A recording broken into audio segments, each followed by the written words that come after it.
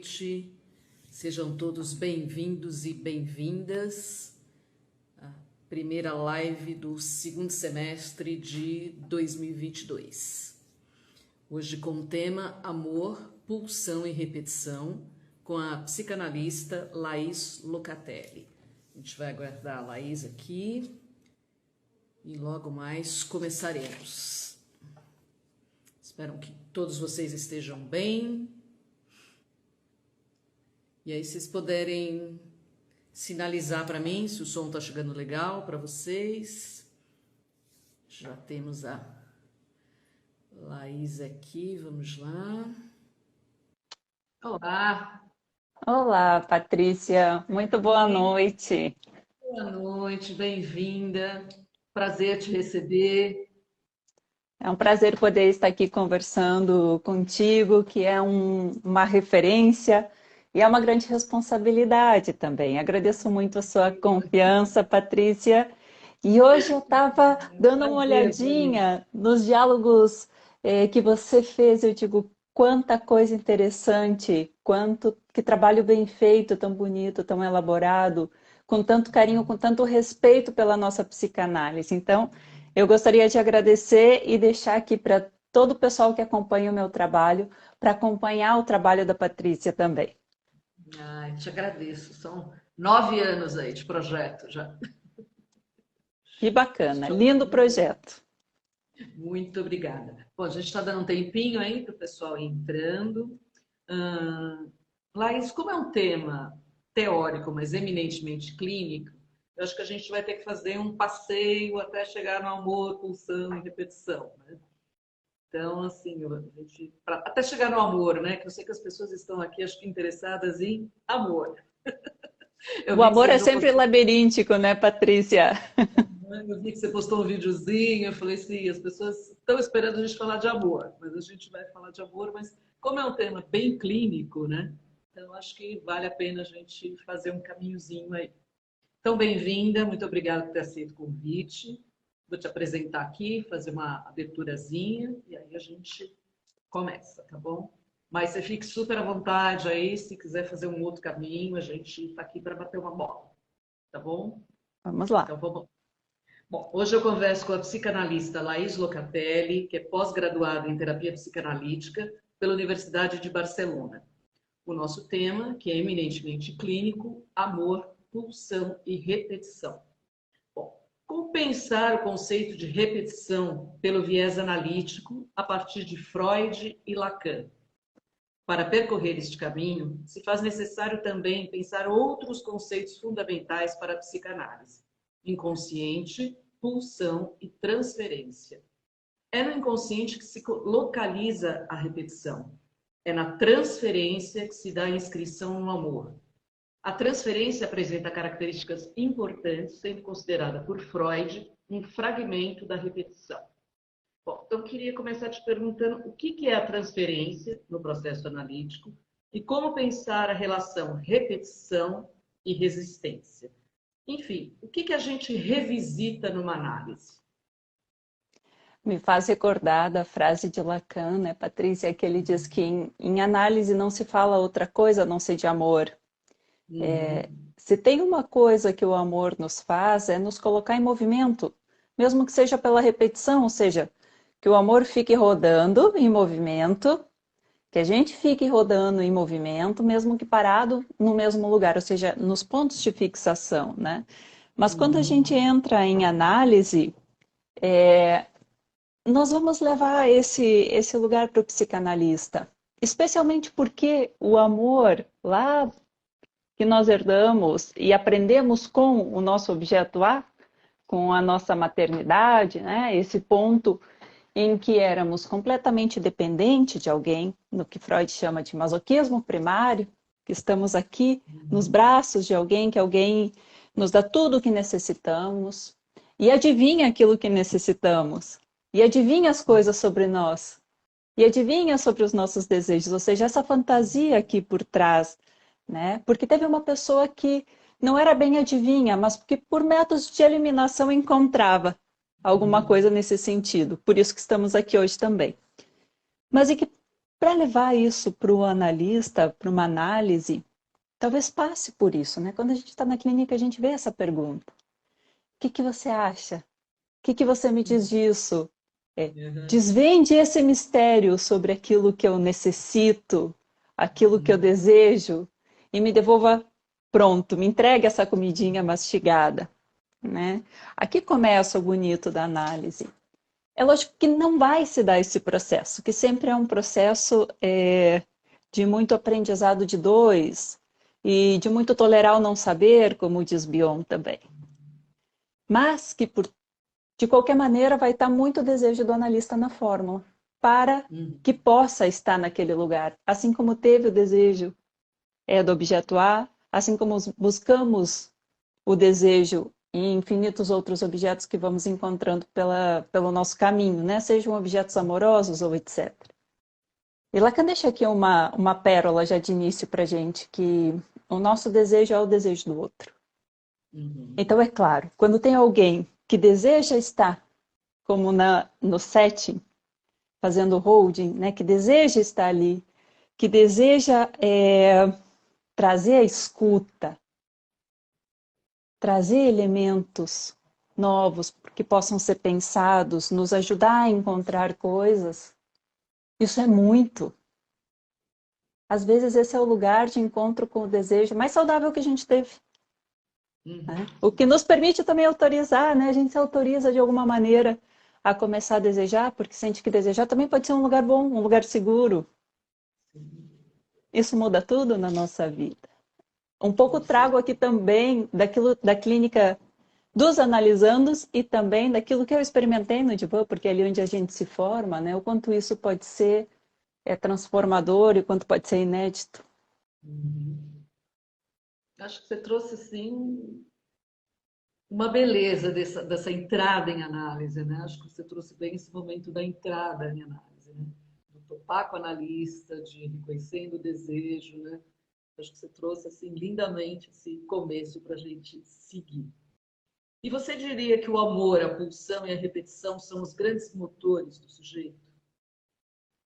Se tem uma coisa, acredito, Patrícia, que nos coloca em movimento, são esses três grandes gigantes da nossa vida, né?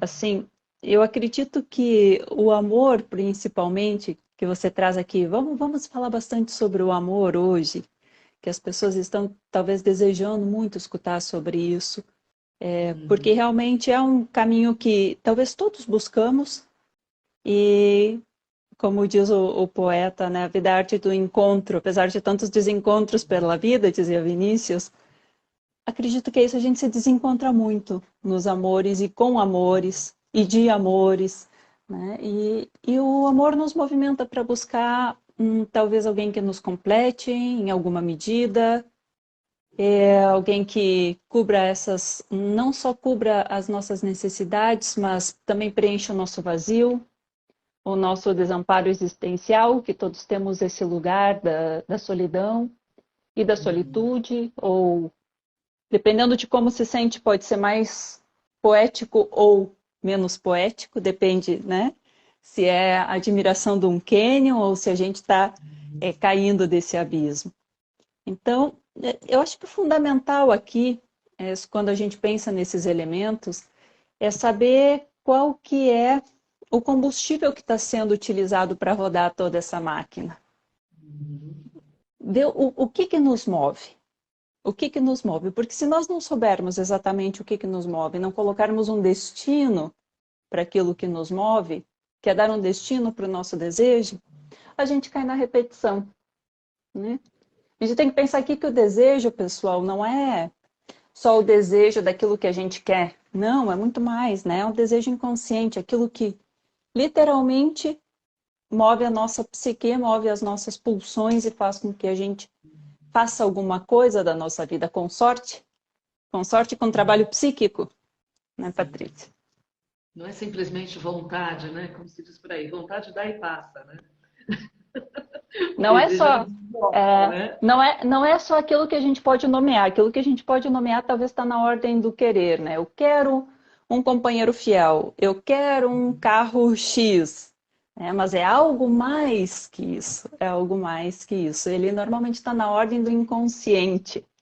Então, o que que a gente diz está na ordem do inconsciente? Aquilo que a gente sente, mas aquilo que a gente ainda não sabe sobre. Não sabe sem saber, né? Porque, como diz o Milan Novaes na semana passada, estava conversando com ele diz assim, nós não esquecemos, mas não recordamos dos nossos materiais inconscientes. Então, aqui nós temos um entrave muitas vezes, porque nós o temos presente, mas sem a recordação. Uhum. Vamos lá falar de repetição, então. Bom, Freud indica que o sujeito não sabe que está repetindo, né? Isto é, não se trata de uma repetição para o sujeito, a não ser a posteriori, quando ele se dá conta de que, mais uma vez, retornou ao seu próprio sintoma. Você concorda que, além de ser um dos conceitos fundamentais da psicanálise, a repetição se apresenta como um fator desafiador na clínica psicanalítica? É uma obra mestra o trabalho de Freud sobre o repetir, repetir, pensar e elaborar. Acho que tanto para nós como analistas, como para todas as pessoas que possam ter alguma movimentação aqui no sentido de conhecer melhor como que nós funcionamos no nosso mundo interno. Lógico que uma análise é sempre tão plena e tão rica como experiência, mas que essas leituras já podem ser um ponto que a gente sai para nos movimentar para algo maior, né? Nessa leitura ela é muito rica, a Freud é muito gostoso. E eu estava pensando agora quando você estava falando, né, Patrícia, a questão da repetição me parece que é como um carro em ponto morto, sabe? Espera que algo externo possa movimentar, alguém empurra, coloca a ladeira abaixo para pegar no arranque ali em movimento.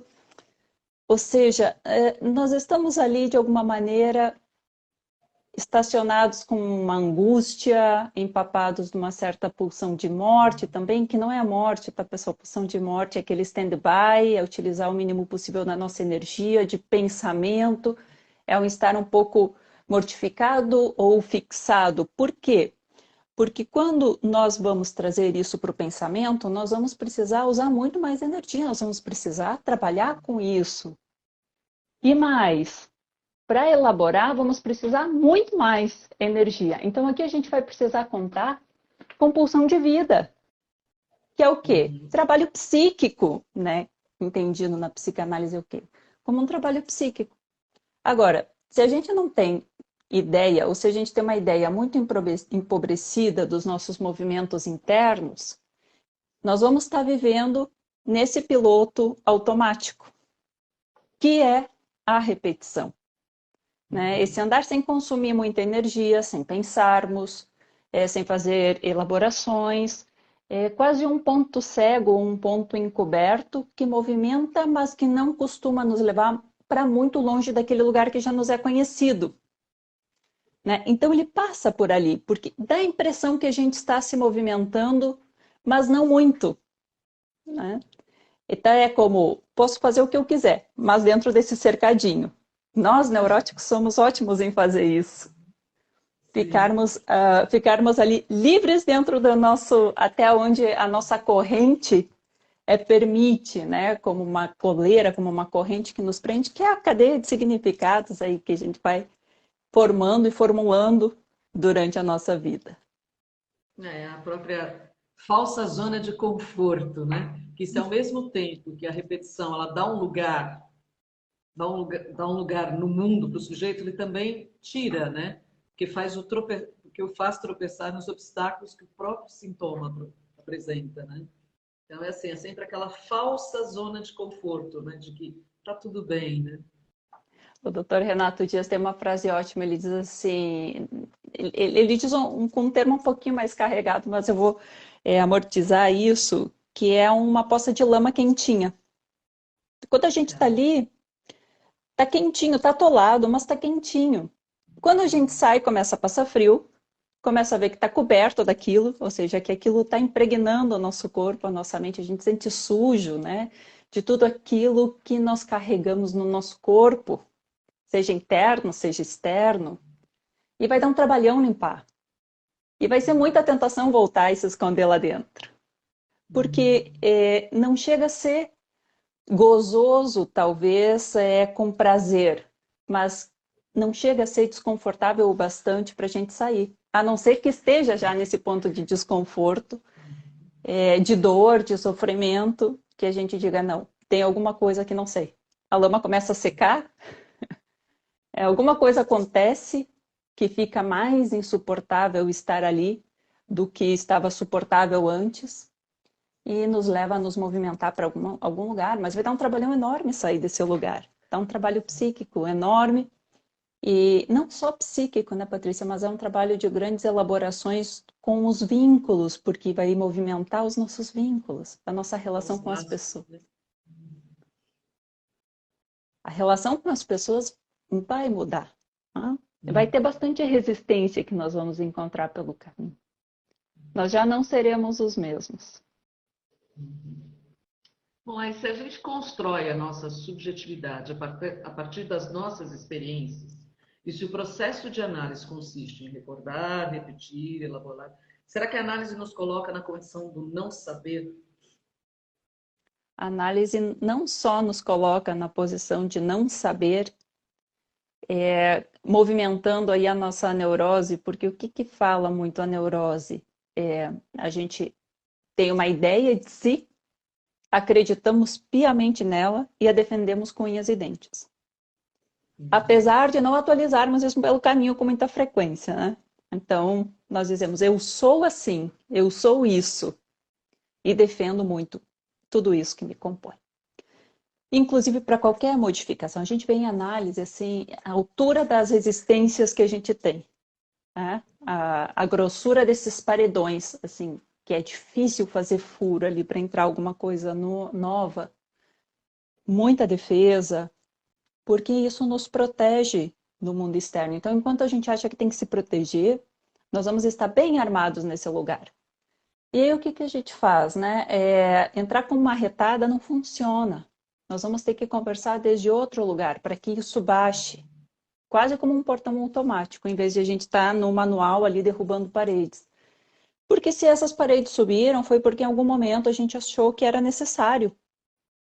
Então, para a nossa preservação da saúde mental, tudo isso serve, tudo isso foi importante. Mas talvez já não seja mais importante.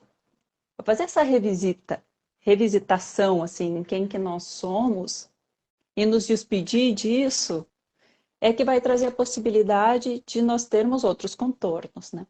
Inclusive, como diz o Winnicott, trazer alguma coisa do verdadeiro self e se despedindo desses falsos selfies que às vezes nós temos um conjunto de máscaras ali, às vezes é uma só grudada no rosto, mas ou seja, isso é importante para a vida também. Mas que a gente possa ter talvez um manejo mais suave com isso, um pouquinho mais de coragem para retirar de vez em quando o ambiente for saudável, quando for possível, né? Porque às vezes a gente fica tão mascarado com um falso self, né, Patrícia, que nem em casa a gente descansa, nem na família, nem em lugar nenhum. E nem nos é permitido fazer isso. E que cansa, e que a gente se sente exausto, e não sabe de onde vem a exaustão. Bom, mas a gente sabe que muitos analisantes, eles permanecem um longo tempo às voltas com a repetição, né? Uma narrativa que se repete. Quando a gente aponta, né, algo da repetição, eles dizem o mesmo, mas de outra forma. Né? O que você acha que esse trabalho da repetição pode trazer de novo? O Tom Carr que tem um videozinho, ele diz assim, não é repetir, pensar e elaborar. É repetir, repetir, pensar e elaborar. Porque a gente vai estar falando de muitas formas da mesma coisa na análise, né? Então, não sei, um dia a gente chega falando da mãe, outro dia a gente chega falando da mãe que está lá no corpo do marido, às vezes a gente chega falando da mãe que está no corpo da amiga, e o conflito é o mesmo, ou tem o mesmo núcleo de conflito. Então, todas as coisas estão falando da mesma coisa. E aqui, talvez já passou um mês, dois, três, não sei quanto tempo, mas que a gente escuta às vezes até acontece, né, Patrícia? Está escutando, diz ela, e você diz, ela qual? Uhum. E a pessoa diz, nossa, me perdi. Eu digo, então tem alguma coisa aqui que é comum, que se repete, que é do Uhum. vínculo, que dói igual, dói parecido. O que é isso que se confunde, né? Tá todo mundo grudado ali no mesmo representante, o que passa isso? E a gente começa a trazer isso para o pensamento. Aí a gente pensa assim, mas será que pensar sobre é o bastante? E a Uhum. gente descobre que pensar sobre não é o bastante, porque a gente continua sofrendo, só que agora a gente sabe sobre o que a gente sofre. Mais ou Uhum. menos, não é? Assim, ok. E agora eu sei disso. Aí aparece isso na clínica. Eu sei disso, eu já sei disso, às vezes tem a irritação, eu já sei disso, mas eu continuo sofrendo com isso. Eu digo, agora a gente vai ver para onde é que o desejo pode deslizar, para onde é que ele pode nos levar, se é possível dar outro destino. E aqui a gente vai conseguindo falar sobre isso de uma maneira que faça uma movimentação interna, né? Eu sempre digo assim, eu trago uns exemplos meio esquisitos, mas, por exemplo, a questão da depressão. Uhum.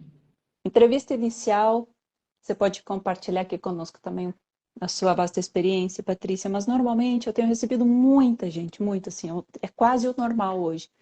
Na entrevista inicial, trazer um diagnóstico. Sim. É, E a eu lista de vi, remédios que toma. uma sacola, né? Uhum. É, eu já sei disso, o Edu tá aqui escrevendo um dos nomes do inconsciente. Eu já sei disso, sabe sem saber, né, Edu? Uhum. Mas que chega e diz assim: eu sou depressiva. Eu Uhum. digo, ok, tem algo que dói, né? Tem um sofrimento aqui. Não, mas eu já sei que eu sou depressiva. Ok, mas eu continuo Uhum. depressiva. Eu digo, então agora a gente vai ter que trabalhar sobre esse pensamento, né? Porque só saber. Por isso que o nosso trabalho artesanal de análise é manufaturado ainda, bem demodê nesse Sim, sentido. realmente, né? É porque é uma trama que vai ter os fios que compõem aquele sujeito, aquela personalidade, eles vão ser diferentes das outras. Por isso que, sem despreciar a questão dos remédios quando são necessários, mas ter uma fórmula que se aplica para um quarto da população mundial, eu digo, cadê a subjetividade? Por que Uhum. isso não sara? Por que essa ferida aqui nunca sara? Do Uhum. que é composta a sua dor?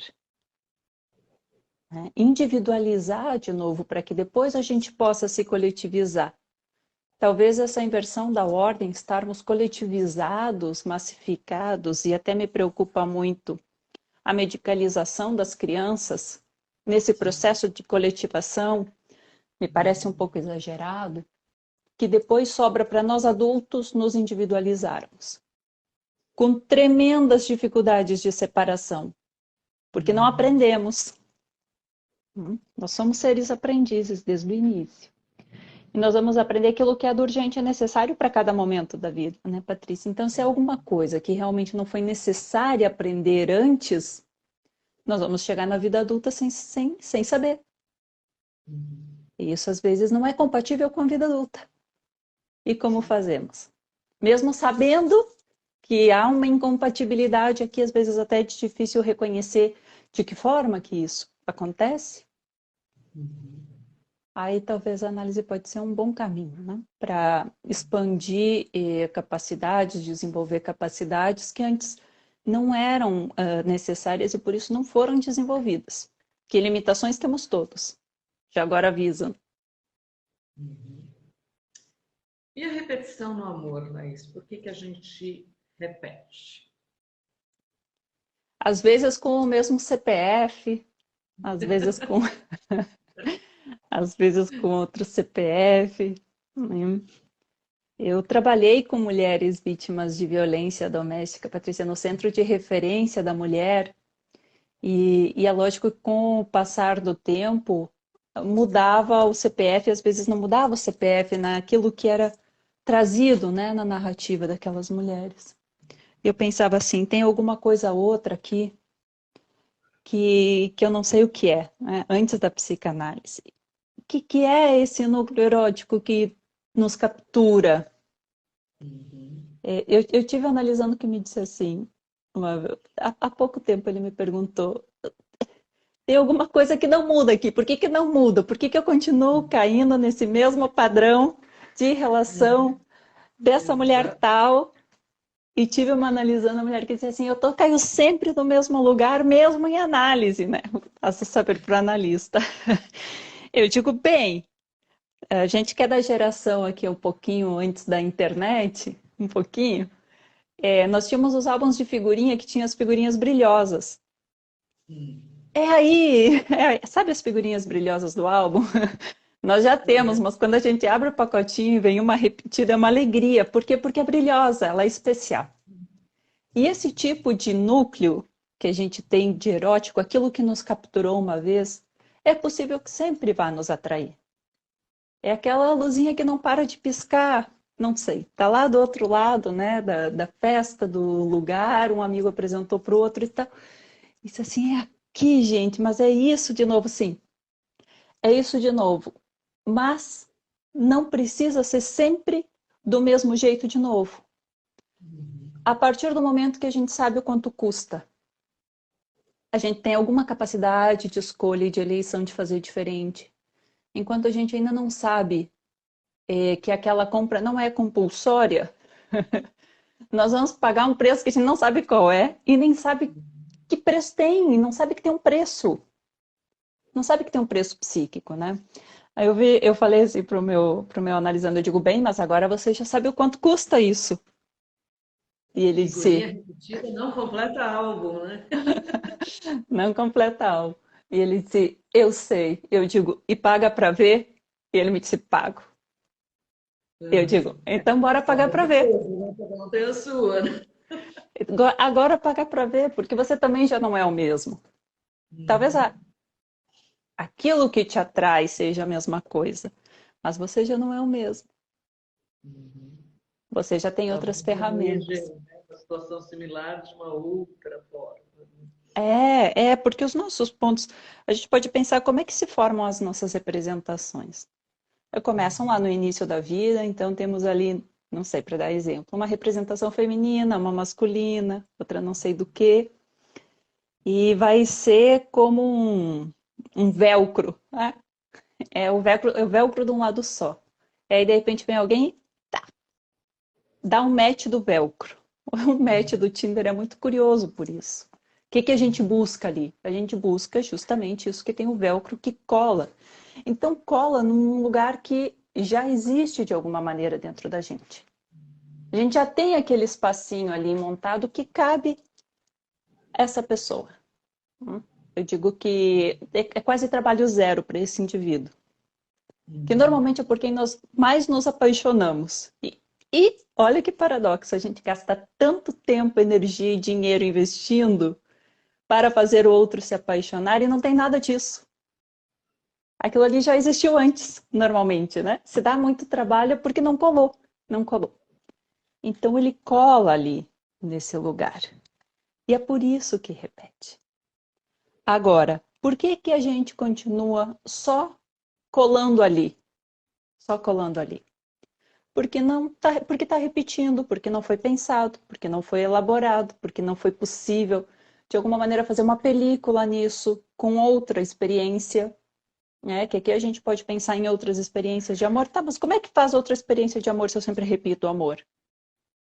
Por exemplo, uma experiência de análise, outras coisas. Às vezes a vida traz outras possibilidades, às vezes não, às vezes a gente faz isso nessa.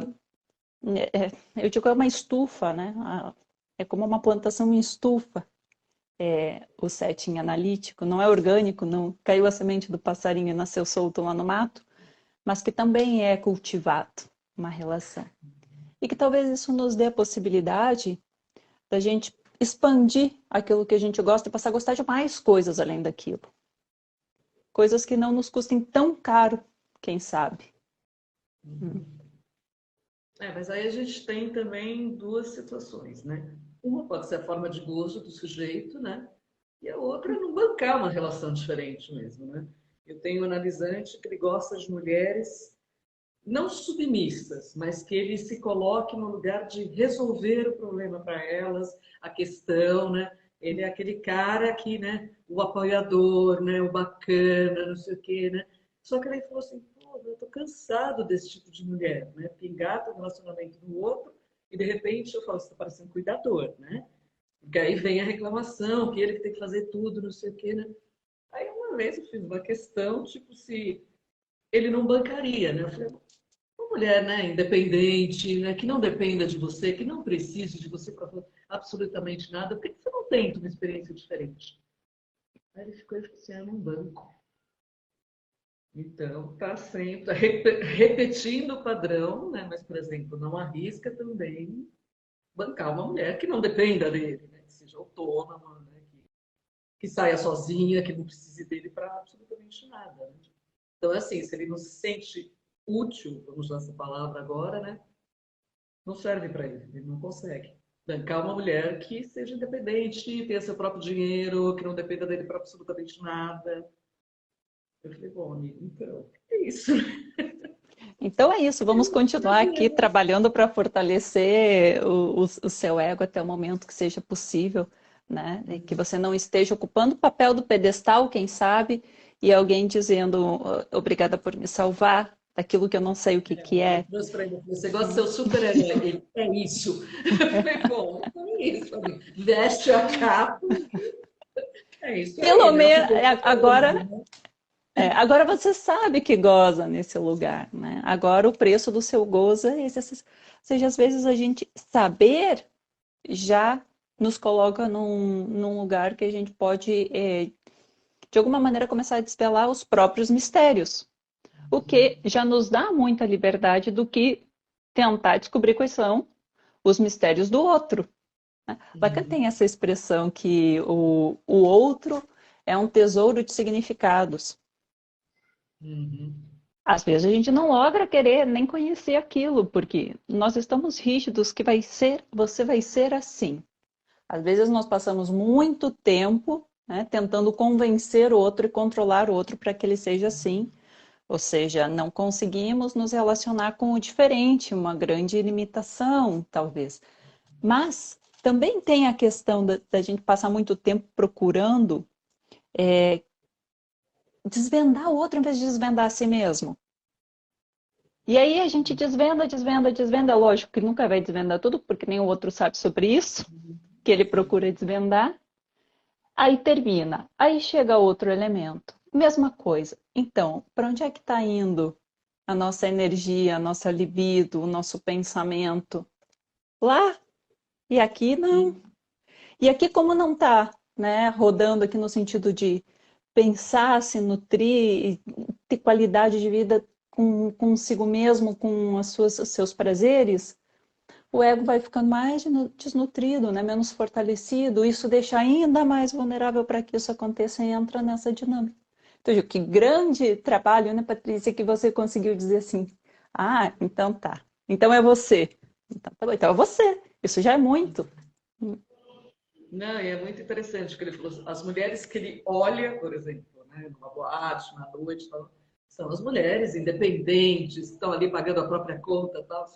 Ele falou assim: se essas mulheres chegam para falar comigo, eu não sei nem o que dizer. Pois é, assim, ele passou a noite inteira olhando esse tipo de mulher, tem o desejo ali, mas tipo, se chegar e falar oi para ele, ele falou assim: eu desapareço. Ele falou assim, né? Ele falou assim, eu sinto que é como se eu esvaísse. Ele falou assim, eu quero que o chão se abra, eu não tenho que falar oi. Né? Eu falei, bom, é isso, né? Cai no abismo, não fica admirando a paisagem do Quênia. Né? Então, mas é isso. E mas você acha que os relacionamentos eles estão mais rápidos, mais pontuais com os aplicativos? Você acha que os aplicativos mudaram as relações, os laços? Você sente isso no consultório? O que você tem observado na sua própria clínica? Tenho escutado um mar de lágrimas sobre isso, né, Patrícia? Porque se tem uma coisa que conecta direto com o nosso desamparo existencial, é justamente perder esse amor que nós nunca fomos proprietários. Nós mal e mal tínhamos a posse, mas nós sempre temos a fantasia que é algo mais que isso. Uhum. Que o nosso sempre é mais especial, ou seja, há um investimento narcísico muito importante nos relacionamentos amorosos, de entregar partes muito lindas nossas. Você falava do seu paciente, né? Eu olho para essa mulher que é independente, ou seja, a identificação que tem aí, brilha os Uhum. olhos. E que depois não dá conta de sustentar isso. Freud tem uma tiragem ótima que ele diz assim, não lembro exatamente a expressão que ele usou, não é o homem está perdido, o pobre do homem, mas quando o homem encontra uma mulher com características masculinas que ele admira, está perdido, Uhum. meu irmão. Por quê? Porque ele sabe que está perdido, né? Talvez ali seja justamente a coisa de não se sentir perdido. Uhum. Eu não estou perdido com essa pessoa que eu me identifico e tem as Uhum. características que eu tanto admiro. Como é que a gente se relaciona na rede social vendo isso? Hum? Vendo falsos selfies, né? Lógico que isso a gente diz o filtro é meu, eu uso como eu quiser. Quem quer me ver de verdade, vem aqui me visitar em casa domingo de manhã, não me veja na foto no Instagram, porque a gente se relaciona com aquilo que é uma coisa que não é bem o outro. Uhum. Hum? E que isso é muito confuso no sentido que nós podemos fazer Frankensteins com cada um desses pedaços do outro. E como é que a gente vai fazer uma identificação? Vai se identificar um pouco com cada pedaço? A gente fica, em vez de sujeito, cada vez mais inteiro, mais cindido, mais fracionado? Como que a gente pode se sentir tanto, se fragmentar tanto e continuar inteiro? Porque eu vejo isso dos homens e das mulheres, né, Patrícia? Assim, o Sim, sim. É sofrimento que isso como causa, os dois. né? Tanto nesse aspecto como no aspecto de estar em permanente risco de ser trocado, deixado, traído, abandonado.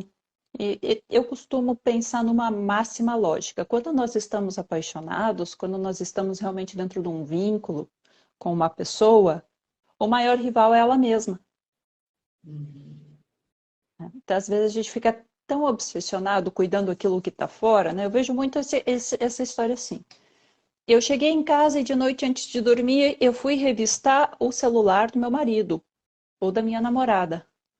Uhum. Eu digo, que bom material para processos oníricos, né? Então, assim, Uhum. é o fiscal do gozo do outro, que aí acorda a pessoa lá e diz assim, quem que é? Não sei quem, você curtiu Uhum. não sei o quê. E a pessoa diz assim, poxa, foi uma noite tão gostosa, né? Vamos manter alguma coisa que nossa também. É difícil. É Uhum. difícil frente ao ciúme. Frente ao ciúme a gente resistir, as relações existirem. E talvez as redes sociais nos coloquem à prova todos os dias nesse sentido. Tem uma frase até do livro aqui que a gente participou da psicanálise da vida cotidiana, o Edu estava aqui antes que organizou, é, que o Adriano apresentou, o Adriano de Freitas, do Jean Alouche. O amor é coisa séria demais para ser deixada nas mãos unidas dos apaixonados. E ele traz o tema do ciúme, o ciúme terminável e interminável, o inferno do amor desmedido. Uhum.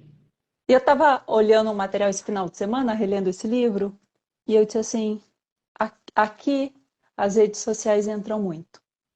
Porque o ciúme é que Uhum. se torna interminável, se torna um inferno. Né? O que que a gente aprende em análise sobre o amor? Ou desaprende em análises. Nós já vemos tão saturados de conhecimento sobre aquilo que nos ensinaram que é o amor, Às vezes está tão intoxicado, né, Patrícia? Uhum. Daquilo que a gente acha que é o amor, às vezes é uma coisa narcísica tão doida, né? Alguém aqui no início da nossa live escreveu uma pergunta sobre o narcisismo materno, se é possível se é possível para uma mãe deixar de amar o filho adolescente. Eu digo, é possível, eu fiquei pensando quando eu li isso, que é possível quando aquele pequeno infante não está ao dispor do nosso investimento narcísico, porque é fácil investir narcisicamente em algo que é moldável, uma massinha de modelar.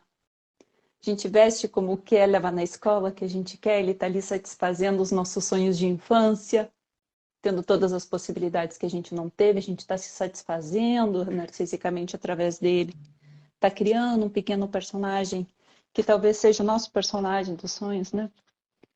E aí ele cresce e diz assim: eu sou separado de você. Aqui a gente vai dar um esbarrão na nossa capacidade de separação, porque sim ou porque sim. Uhum. Outro ponto é: eu não vou ser quem você quer. Eu vou ser o que eu quero, me identificando com o meu grupo de amigos e não com você mais, porque você não sabe nada. Você é velha. É, eu tenho um filho adolescente, ele até entrou ali, eu vi o nomezinho dele, tá por ali, de 13 para 14 anos. Aí eu disse assim, para quem que é esse presente aqui que você comprou? Ele disse, eu não tenho que te contar, você é a minha mãe. Aí no final de semana ele disse, isso daqui eu não sei o que, eu postei no meu stories, você não viu? Aí eu fiquei olhando para ele, né? Como me perdi aqui nas redes sociais, ele disse, esqueci, você é minha mãe, você não faz parte dos meus amigos, você não vê o meu stories. Quer saber da minha vida? Vai me seguir no Instagram, que é assim. Nem adianta seguir no Instagram, porque eu não estou autorizada a ver os stories dele. O que, que é a separação? É a separação. Mas Agora, o importante é a opinião dos outros, é o investimento narcísico dos outros, é do grupo, é dos amigos, é de outras coisas, de outras pessoas que não sou eu mais. É possível deixar de amar? Aí eu pergunto, que amor? Que amor? Aquele amor que a gente ganhou de herança, que a gente aprendeu que o amor é estar a serviço de. O que é? Qual é o contorno desse amor que a gente aprendeu, né? A gente pode pensar no amor como um sentimento, pode pensar no amor como uma capacidade, né, Patrícia? Então, assim, o que que engloba isso? Tem uma coisa que nós nos comunicamos tão mal dentro de um relacionamento que a gente passa a querer saber por que que o outro nos ama. O que que eu tenho de amável, por que que você me ama, o que que você viu em mim, me revele aqui quem eu sou, né? Me revele por que que você me deseja. E nós não perguntamos para o outro o que que é o amor para você, o que que compõe isso de amor, como é que você ama, como é que é a sua relação com seus pais, como é que é a relação com as pessoas que já passaram pela sua vida amorosa, né? Como diz a Vera Iaconelli, a gente deprecia quem veio antes por achar que nós somos mais especiais e que o nosso amor é mais especial e que é irrelevante a dinâmica dos últimos 30 anos da pessoa, 20 anos, 40 anos da pessoa, que essa história é irrelevante para a gente porque a nossa é mais não sei o quê, né? Aqui a gente vai dar às vezes uma ferida narcísica que se abre ao saber que nós podemos fazer muitas coisas, mas, assim, mexer em coisas tão estruturais do outro somente se ele quiser e pelos motivos dele. É interessante essa separação, né, do adolescente, né? Estava atendendo, né? O adolescente, a mãe pediu, né? Aquela coisa, né? Como é que tá indo? Não sei o que. Os dois estavam juntos na sala e a mãe, não, porque ele não sei o que, não sei o que. Aí o menino toda hora, esta é você, não sou eu. Aí seguia a conversa, né? Ele toda hora, esta é você, não sou eu. Né? Aconteceu isso umas 4, 5 vezes, aí eu comprei, eu falei assim, bom, por isso que eu tenho que escutá-lo. Né? Aí caiu a ficha, porque ela não deixava nem ele falar. Quer dizer, né? Era a imagem, o que ela achava dele. Né? Por exemplo, né? Ali tem um sujeito, né? Com desejos, né? com outras coisas, né? Não necessariamente porque aquela idealizou para ele, né? Mas aí foi muito interessante, né? Porque, né, eu me vali das pontuações dele, né? E era sempre a mesma frase: esta é você, não sou eu. Tipo, né? Não é de mim que você está falando, você está falando de você, né? Eu falei, olha que analítico isso. Aí fluiu. Isso é tão revelador, Patrícia, que você começa a nossa live aqui falando justamente do trabalho do analista e do setting, né? E o que isso pode mudar e mover nas nossas repetições. Você conseguir escutar o sujeito. Uhum. Então, é E era possível. uma frase assim, né? Ele fazia marcações, né? Eu falei, é isso. Né? Ele estava falando já, ele estava fazendo essa marcação, era possível. E o mais importante, é possível eu ter uma pessoa que me escuta como um sujeito e não como um depositário de sonhos, expectativas e narcisismo alheio. Então, isso passa a ser possível para a gente. A gente passa a ser possível e passível de ser amado, e possível de ter uma relação amorosa que seja um vínculo saudável, né? Com bons elementos ali naquela forma. E foi muito interessante, porque era uma mãe que toda hora ela interferia, né? E aí, nesse dia, a ficha caiu, né? Mas assim, né? Ela ainda soltou uma frase, ela falou assim, ai, mas você vai me dando notícias, né? Porque aquela coisa, você para muito, né? Eu falei, não, ele vai te dando notícias. Eu falei assim, no processo analítico vai provocar mudanças, né? Então, assim, não vou precisar dizer nada, ele vai dizer. Né? Ela, não, já entendi. Mas Às é vezes, assim, não soltou a cordinha nem por um segundo, né? É. Às vezes a gente atende adolescentes assim de 30 e poucos anos, que as mães Uhum. ainda estão sobrevoando a sessão e fazem o pagamento, né? Às vezes acontece. Eu tive analisando um jovem menino de 30 e poucos anos, que a mãe pagava a análise dele, e ele disse: a minha mãe pode te transferir? Eu digo: não. Você me transfere. O que que vocês vão fazer entre vocês é assunto de vocês, né? Mas a partir do momento, Transferência, olha aí. é, mas a É partir do momento transferência. que houve uma movimentação do desejo dele, a mãe me escreveu um mês, porque os Uhum. adolescentes são muito astutos, eles aprendem logo. Se tem um Uhum. ambiente propício para eles expandirem como sujeitos, e ali havia um lugar que ele podia ser sujeito. Então, e isso apareceu, viu? Apresentou uma namorada, levou os amigos, entrou mais gente no circuito. E ela me escreveu e disse que, como ele não estava ainda apto a se responsabilizar pela vida dele, ela parava de fazer os pagamentos e assim ele ia ter que ser despedido da análise. Eu digo, vou conversar com ele, né? E aí ele traz o mesmo tema. E era curioso, né? Ou seja, quando há uma movimentação de voo para o mundo, puxa a corrente e diz assim: agora a coleira vai ser mais curta, porque você ousou a sair do lugar. É um termo meio pesado, assim, mas de ser o poodle da mamãe. Uhum.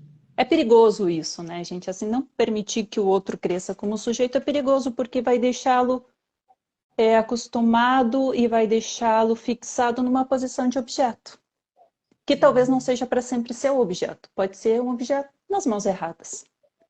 Vemos narcotráfico adotando muita gente, vemos amores muito abusivos adotando objetos para se satisfazerem.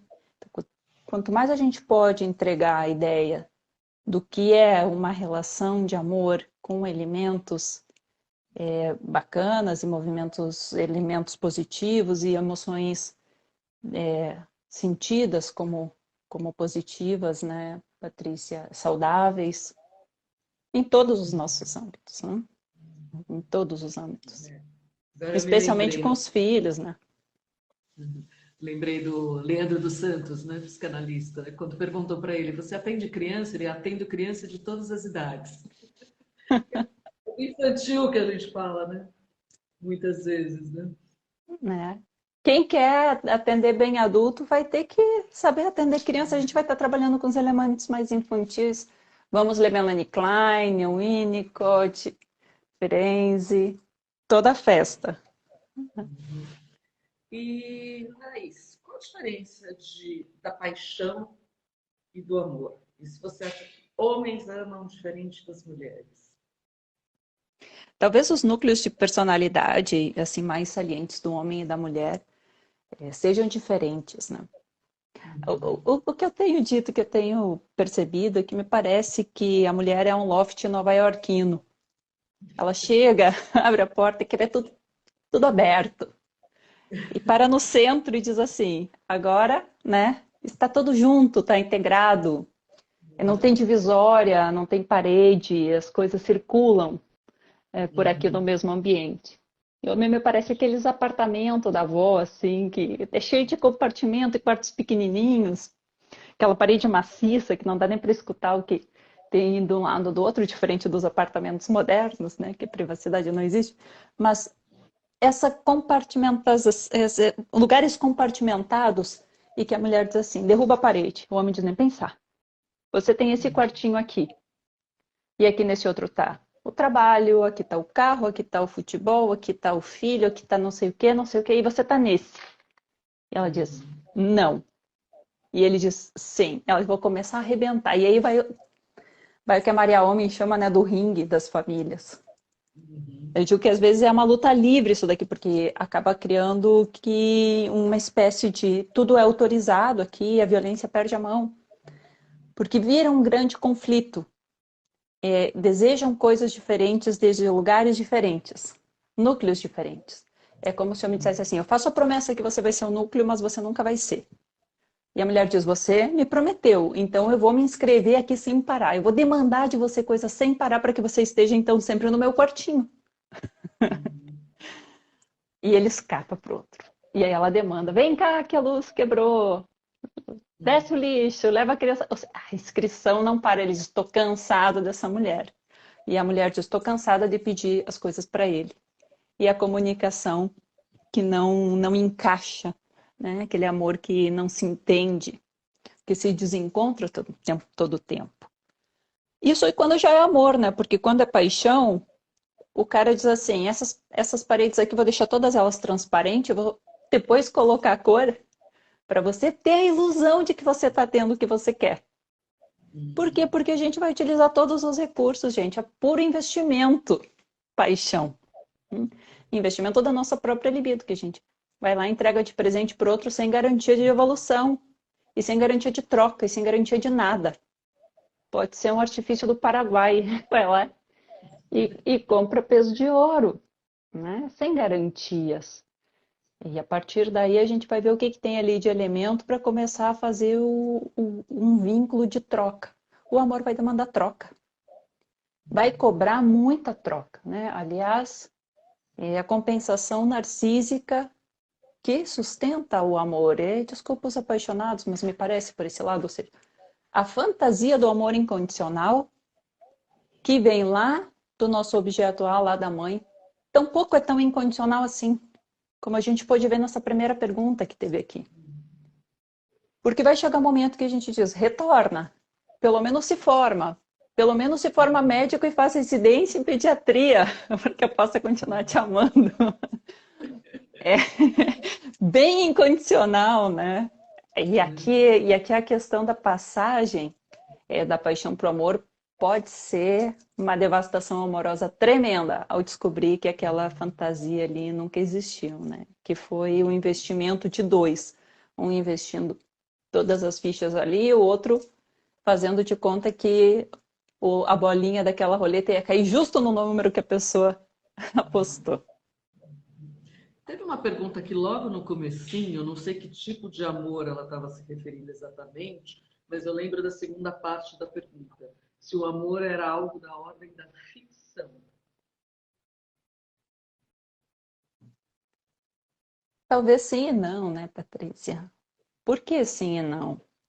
Porque se não tem um contorno de fantasia, vai ser muito difícil amar aquele real, né? Diz Lacan que o real é insuportável, ou seja, a gente vai ter que simbolizar, nós vamos ter que nos comunicar.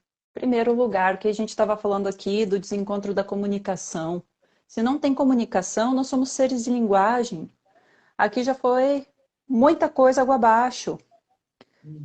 Se as coisas significam coisas muito diferentes, se os valores, a ética, o contorno social, se tem significados muito diferentes, é difícil compaginar também.